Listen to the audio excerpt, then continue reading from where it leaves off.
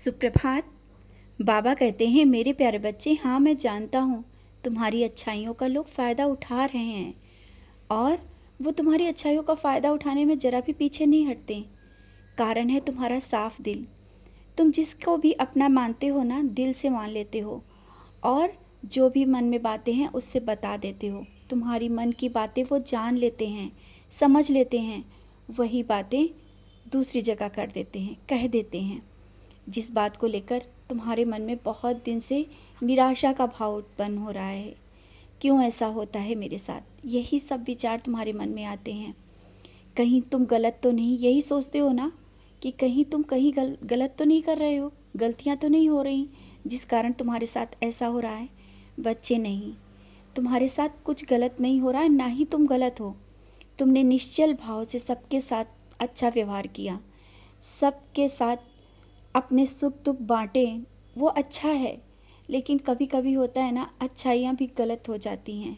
तुम्हारी यही अच्छाई तुम्हें हर जगह से निराशा भाव उत्पन्न करवा रही है। तो अब संभल जाओ। हाँ, जो भी कहना है मुझसे कह लिया करो। अगर दिल दुखी हुआ करे ना, किसी को लेकर के, किसी की बातें भी हों, अगर तुमको दिल दुखाए ना तो मुझसे कहा करो, किसी से नहीं।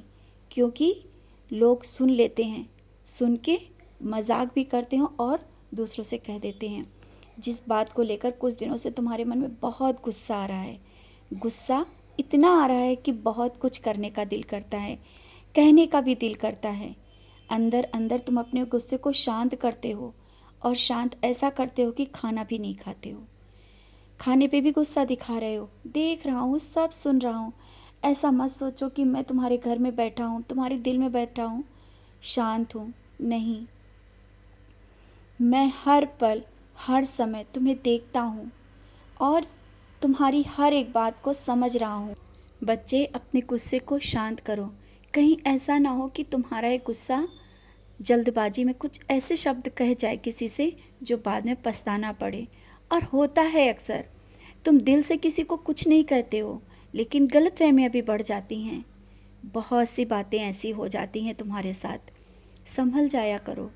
अगर कुछ ऐसा हो ना, संभल जाओ। बार बार मैं तुम्हें हर एक संदेश के माध्यम से संभालने की कोशिश करता हूँ और तुम्हारे मन में भी ऐसे विचार लाता हूँ, तुम्हें अपनी ओर खींचता भी हूँ, फिर भी तुम उलझन कर लेते हो, अपने मन में नकारात्मक विचार ला लेते हो, बहुत कुछ सोचते हो।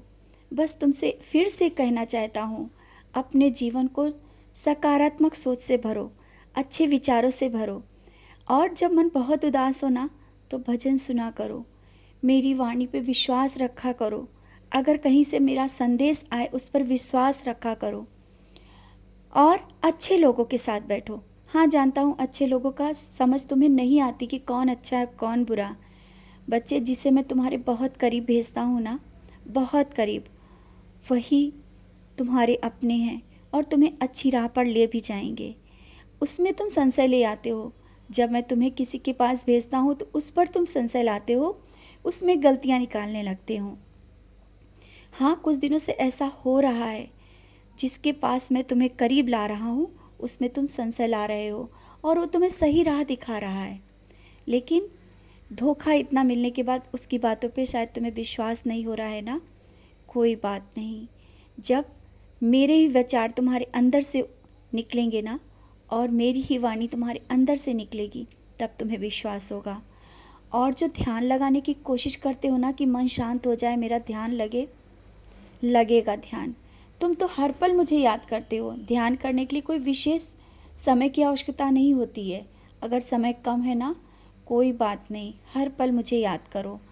और जिस काम के लिए तुम विशेष पूजा करने की सोच रहे हो कि कोई विशेष पूजा कर ले, हाँ अवश्य करना, वो कार्य सफल होगा। तुम्हारे सोचने से पहले मैंने सोच लिया है उस कार्य के बारे में और 2-4 दिनों में उस कार्य के लिए तुम्हें खुद संदेश आ जाएगा, जिसके लिए बहुत दिनों से इंतज़ार किया और बार बार कहा भी। अब तो विशेष पूजा भी करने की सोच रहे हो, अवश्य कर लेना, लेकिन उससे पहले ही तुम्हारा काम बनने लगेगा। बस तुमसे बार बार कहता हूँ, निराश मत हुआ करो और हताश मत हुआ करो। मैं हूँ तुम्हारे साथ हर पल हर समय।